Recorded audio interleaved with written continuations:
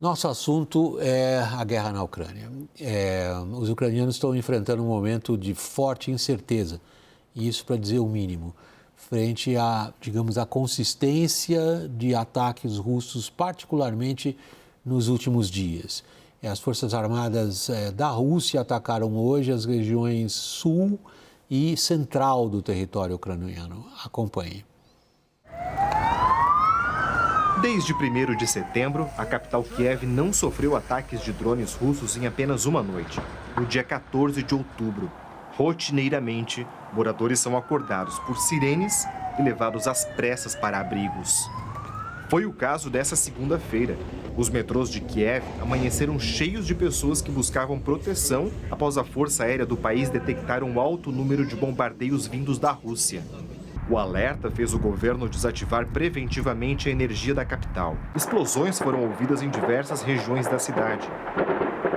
E a Força Aérea conseguiu interceptar 2 mísseis e 39 drones de ataque. Além das bombas em Kiev, a Rússia atacou a região sul do país, próximas cidades de Zaporizhia e Odessa, e o centro do território ucraniano. 5 pessoas foram mortas e pelo menos outras 12 ficaram feridas. Isso acontece ao mesmo tempo em que o exército de Vladimir Putin consegue avanços importantes na região de Donetsk. A força russa também busca expulsar tropas de Zelensky do seu território. Cerca de 50 mil soldados foram deslocados para a região de Kursk, ao sul do país, onde os ucranianos estavam avançando. O governo ucraniano e a OTAN dizem que a ação em Kursk deve contar com parte dos estimados 12 mil soldados que a ditadura norte-coreana teria colocado à disposição de Putin.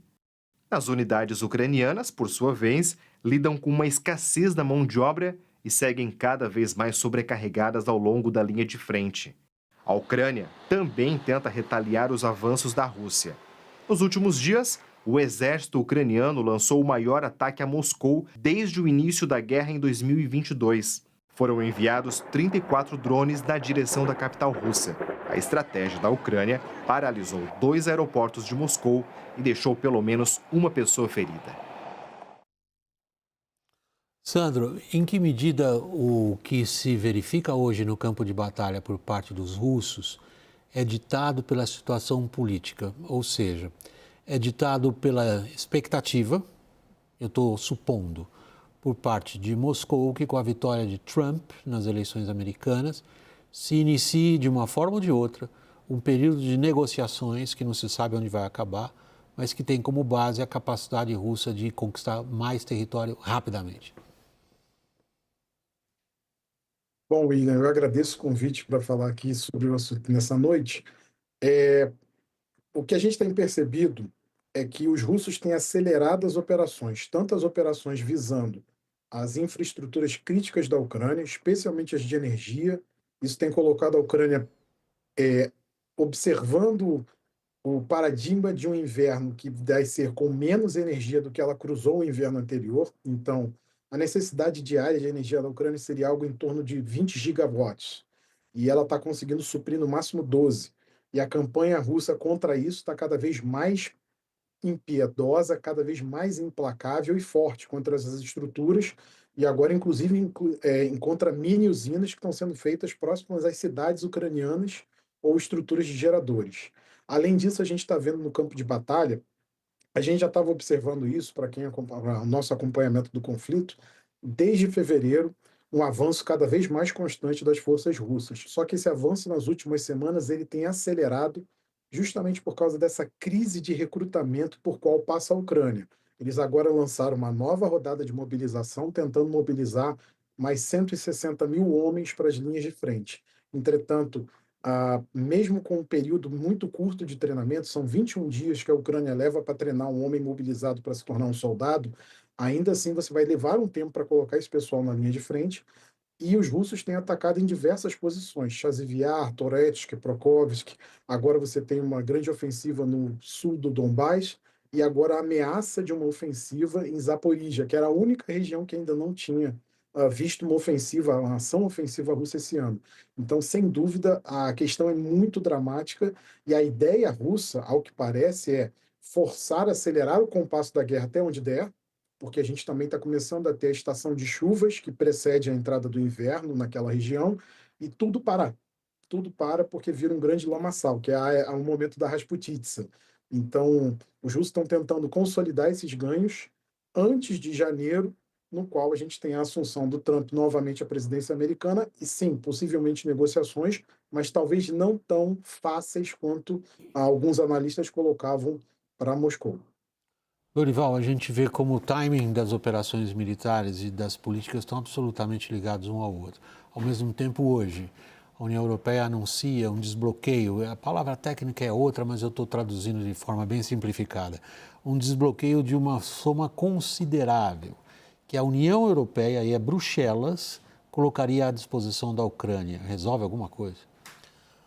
O consenso é de que a União Europeia não tem como substituir os Estados Unidos, né, nessa ajuda à Ucrânia. É claro que é melhor ter mais ajuda europeia do que não ter, né?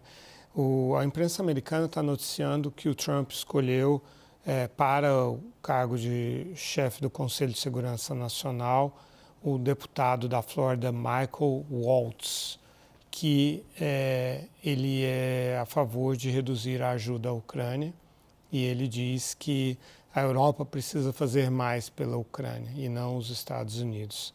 Ele é considerado um falcão em matéria de China e Irã e um grande crítico da forma como os Estados Unidos se retiraram do Afeganistão, onde ele serviu várias vezes, inclusive.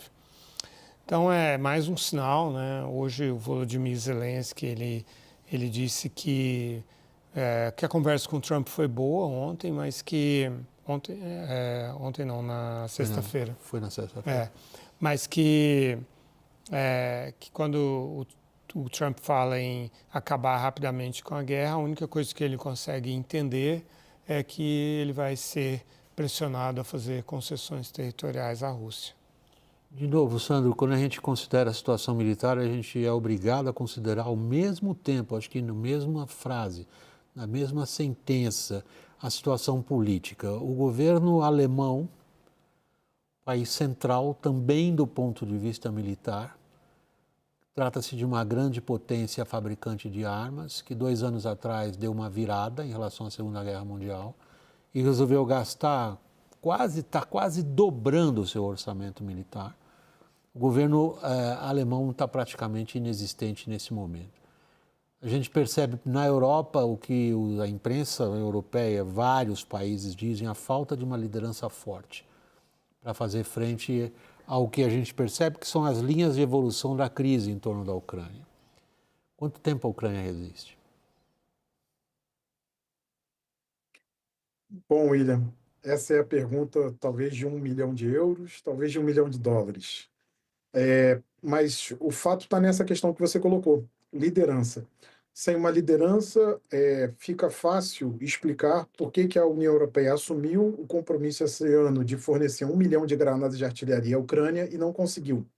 E embora você tenha tido a reunião do Zelensky com o representante da chancelaria europeia, o Joseph Borrell, hoje, e ele tenha pronunciado que os europeus vão conseguir atingir essa meta vai ser atingida artificialmente, não com fabricação dessas granadas pelos europeus, mas com fornecimento e compras em todos os pontos do mundo que a União Europeia fez. Essa iniciativa é capitaneada pela República Tcheca.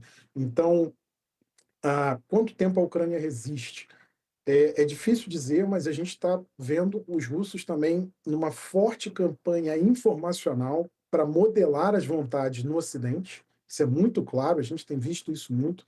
O aumento da propaganda, daquilo que a gente chamaria de propaganda em redes sociais, nesse sentido de um colapso ucraniano, e aí, inclusive, as declarações que o Putin colocou no final da semana passada em relação ao Trump, em relação a negociações, são um pouco calibradas nesse sentido. Cabe lembrar também que essa guerra é muito custosa também para a Rússia. A gente tem tido o Banco Central russo aumentando as taxas chegou a 21%, a taxa básica de juros na Rússia, a inflação está tendo. Eles colocaram a meta de 8,5%, mas parece que já passou disso, por causa dos gastos e da grande circulação de moeda na economia local por causa da guerra. Empregabilidade, produção de armas e tudo aquilo puxando demanda.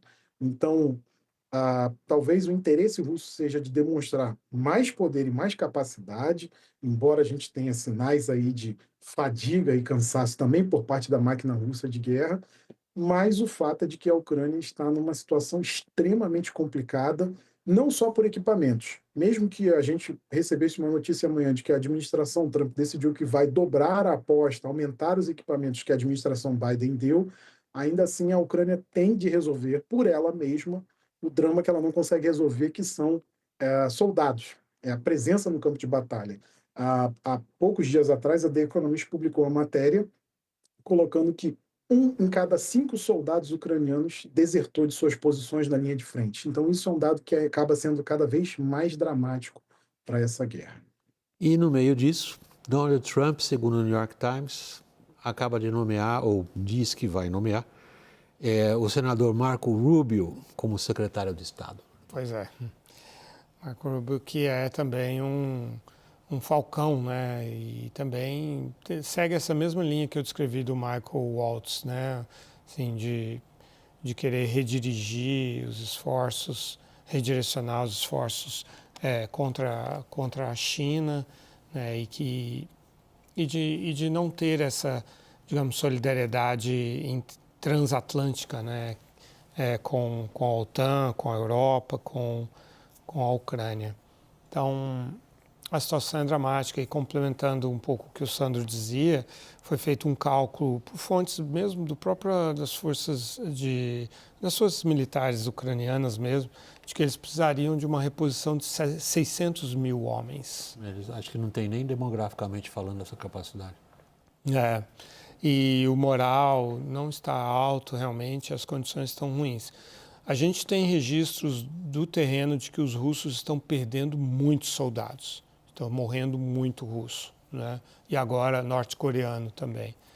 Mas para esses dois regimes isso é algo mais fácil de lidar do que para uma democracia, né? Então esse é um momento realmente crítico, ainda combinando com o inverno, né? E aí daí os ataques russos à infraestrutura de eletricidade, como tem ocorrido todos os anos, para tentar baixar ao mínimo o moral também da população civil ucraniana. Tudo o que está se desenhando com Marco Rubio, Michael Waltz, é realmente um cerco para forçar a Ucrânia a ceder território para a Rússia. Agora é interessante como estilos, né? Marco Rubio era caracterizado durante a campanha, lá atrás, pelo Trump como Little Marco. E o furo do New York Times veio pela Maggie Haberman, que escreveu essa monumental biografia do Trump. Recomendo, aliás, a leitura a todos vocês. Vai uma dica do WW. Confidence Man, uma extraordinária biografia pessoal de Trump, escrito pela repórter Maggie Haberman, que acompanha o Trump, ela é de Nova York também, acho que desde que o Trump ainda estava herdando o império do pai dele, lá de trás, naquela época.